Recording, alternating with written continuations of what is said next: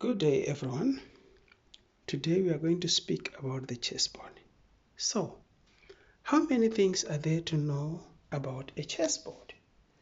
May someone please keep count so that we can at least have an idea of how many things we were able to discuss in this session. Each chessboard is marked by numbers 1 up to 8 on both sides. Then the other two sides are marked by letters A up to H, like that. These letters are used to label or mark what we call files. So there's A on this side and another A on the other side to mark the A file.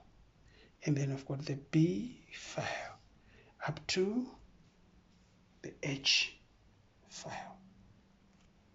The numbers are used to mark what we call ranks. So here is the first rank. Then we're followed by the second rank. We keep count until we get to the 8th rank on the other side of the board. Now these numbers and letters are used to provide a name for each small square on the board. Like this square here is A1. This square, we might call it, this square is E2. Notice that we begin with by mentioning the letter before we mention the number to give the name to the small square. In each rank, we find that there are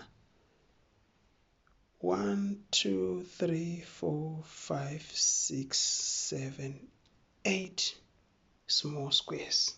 Out of the 8 small squares, 4 are dark in color and 4 are light in color.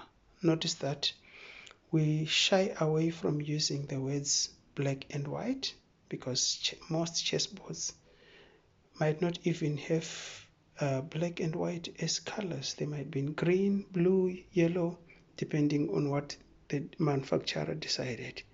And also the words black and white have so much connotations to race, so we try to shy away from them.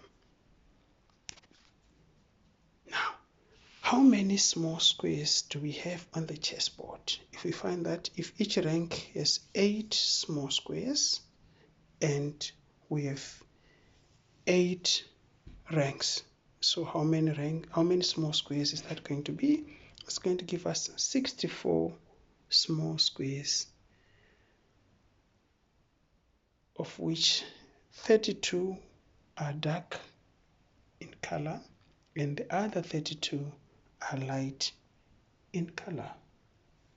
Now those are small squares. Like this is a small square, this is a small square.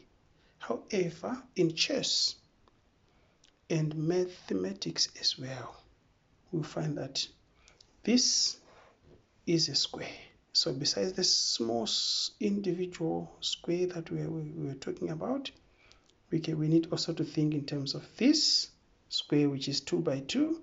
We also have those squares that are 3 by 3. We also need to keep count of them. And the squares that are 4 by 4, right? Until we get to a point where we've got also our 8 by 8. And the whole chessboard is a square. So how many squares is that all together? Okay. If you haven't counted them before, we have got a method that we can use until we get the number of all the squares, the small and the big squares put together. Okay, if you do the counting, now some people inside the marked area, they will come up with the number 204. But some people also come up with 205 because we didn't count the board that is the edge of the board that is not marked, which also counts as a square. So some will get 205, but most people will get 204 because we are going to focus on the marked area.